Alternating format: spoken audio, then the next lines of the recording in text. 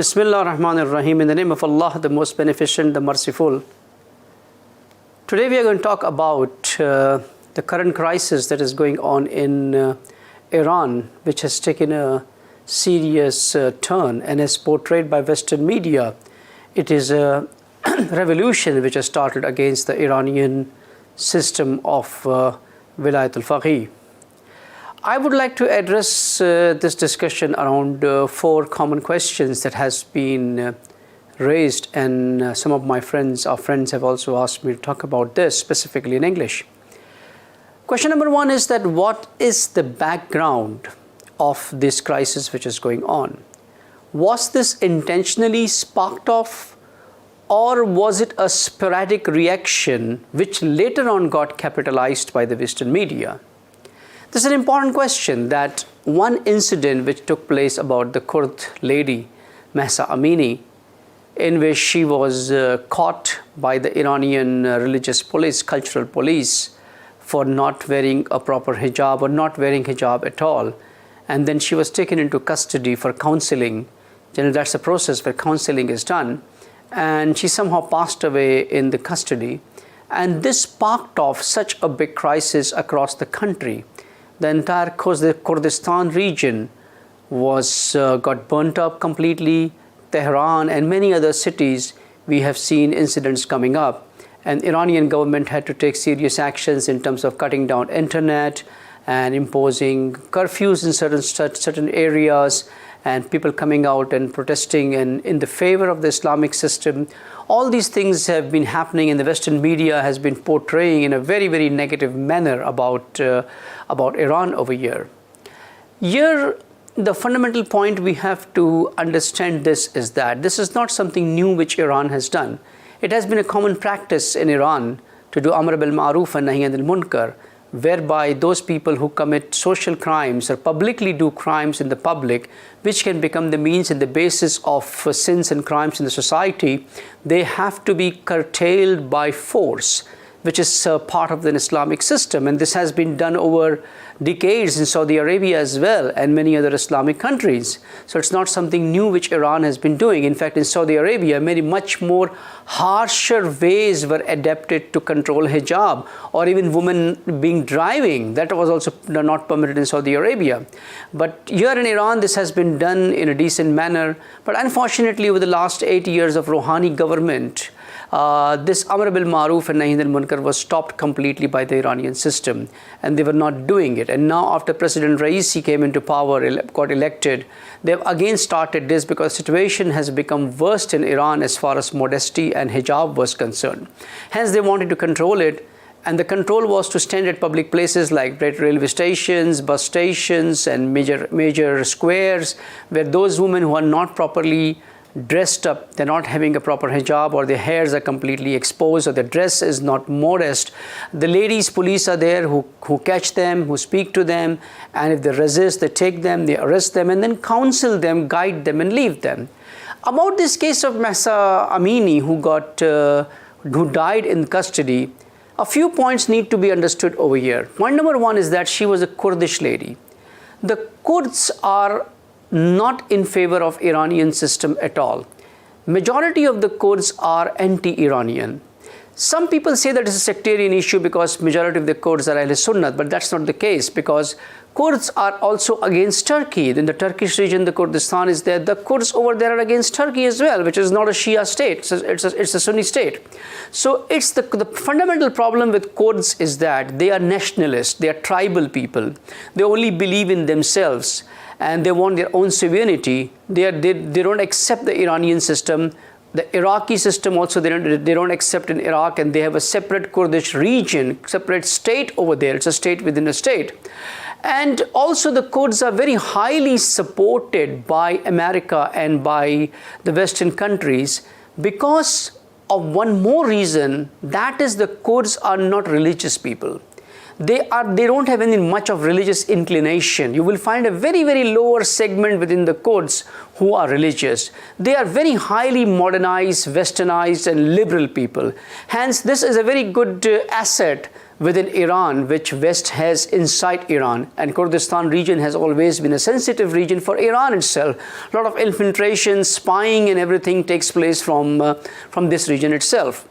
Hence, this lady who was a Kurd already possessed a hatred towards the Iranian system, was not properly dressed, she was without hijab, and she was taken into custody and she died. Now the question is, how did she die? There could be two reasons. One is that she was having an underlying problem, which as per some reports is coming that she had a neurosurgery before. We don't know the authenticity about those reports, so I won't go and just stress on that one. That was, maybe she was having an underlying reason and she couldn't take the shock. One thing which I would like to point out over here is that when these liberal ladies are caught by the Islamic police, which I have seen myself with my own eyes during the Ahmadinejad time when this used to be done, these ladies make a big noise at that particular police van, and when they are caught, they yell, they shout, they scream, they abuse, they kick, and they do every possible things to get the attention of people who can record videos, who can make videos and send them out, and these things can come on the Western media. So they intentionally do all these things, and at times they intentionally do such kind of dressing so that they are caught, they can make noise, then videos are made and published that goes against the Iranian system in the Western region, that Iran doesn't support human rights, there is no freedom for women, doesn't support women rights and all these kind of things. This scenario is very highly witnessed on the Iranian streets, specifically in Tehran. I have seen this many times, that this is how these women behave. And specifically when a Kurdish woman who has got too much of agony against the Iranian system, definitely she would have resisted against when she was caught without hijab. She would have resisted, she would have kicked, and she would have been forcibly taken to the custody. Now what happened in the custody? Two things. Either she had a problem and she died because of the shock, or someone within the police custody, in the police cell or whatever cell it was in that department, was told or was planned to do such kind of thing. There was an infiltration which could have done this. If you see in Iran over the last 2-3 years specifically, many such incidents are happening in Iran which are unforeseen incidents, where Nathan's nuclear plant is attacked, a fire takes place over there, in major factories fires are taking place. All these things are happening because of very high level of Israeli infiltration within the Iranian system. The martyrdom of Shaykh Qasim Soleimani was also a result of the infiltration. Then again it came out later on that Fakhrizadeh, the nuclear head of Iran, was also killed internally within a dispute which was also part of the same infiltration. Hence, it is very, very highly possible and practical that there was an infiltration inside the police cell or whatever department it was which was doing it, where someone killed her intentionally. And it could also be an intentional planning, because everything can be planned. You come out from this railway station where police are doing regular checks, you come out from here, you resist, you get reacted, and from this railway station to which office you are taken, to which custody you are taken, is all well known.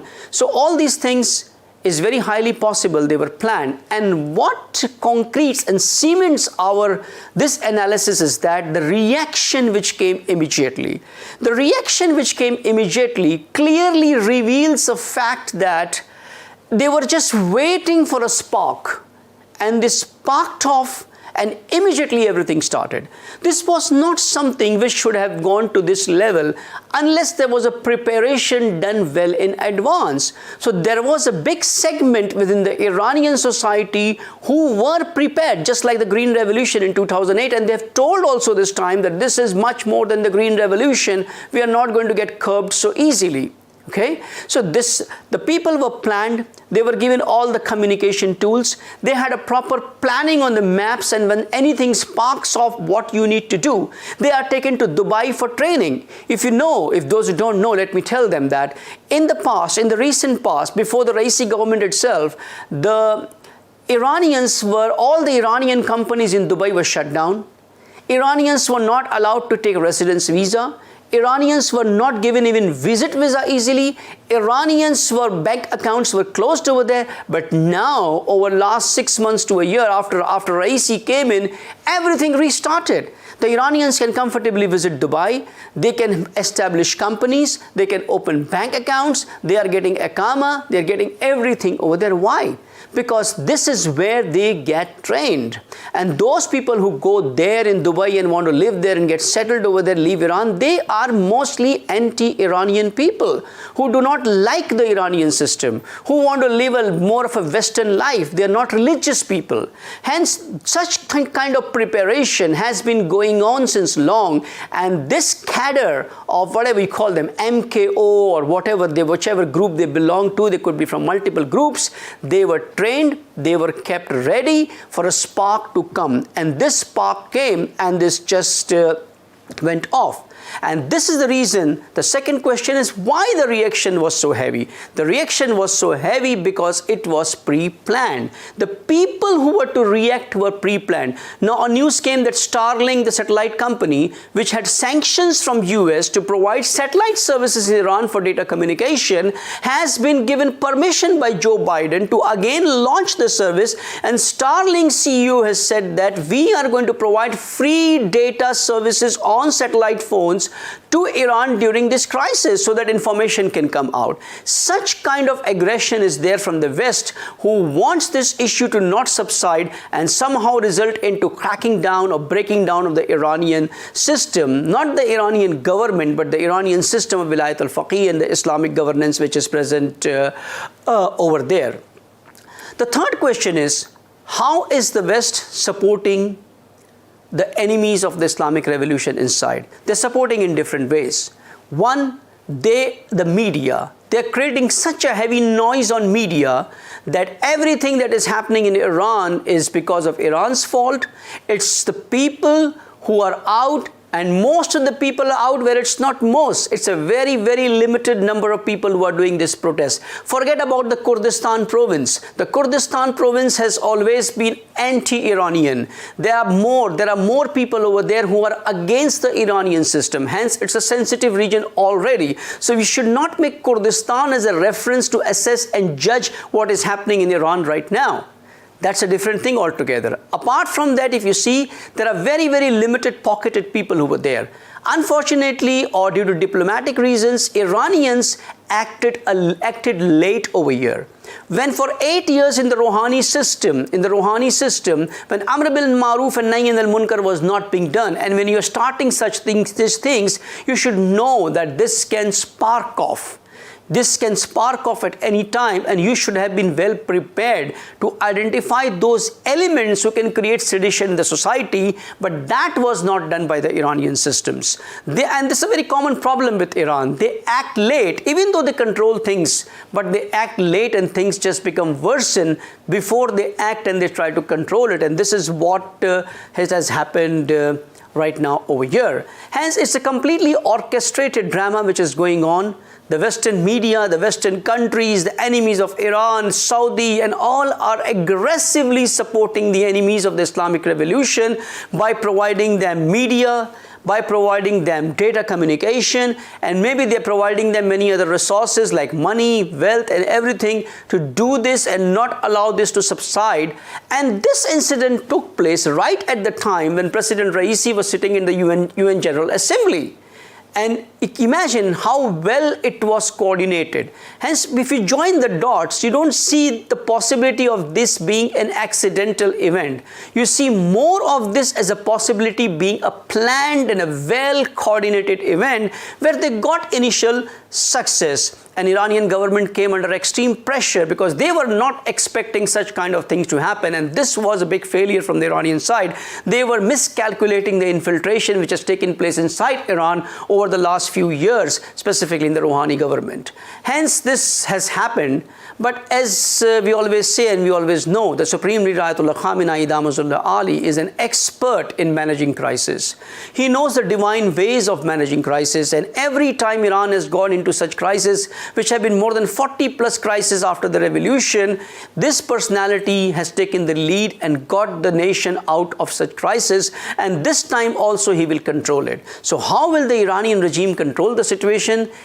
The leadership and the people, the imamat and the ummah, that is the equation which is going to solve this problem. When an imam gives a call, the ummah comes out on the street and shows their power.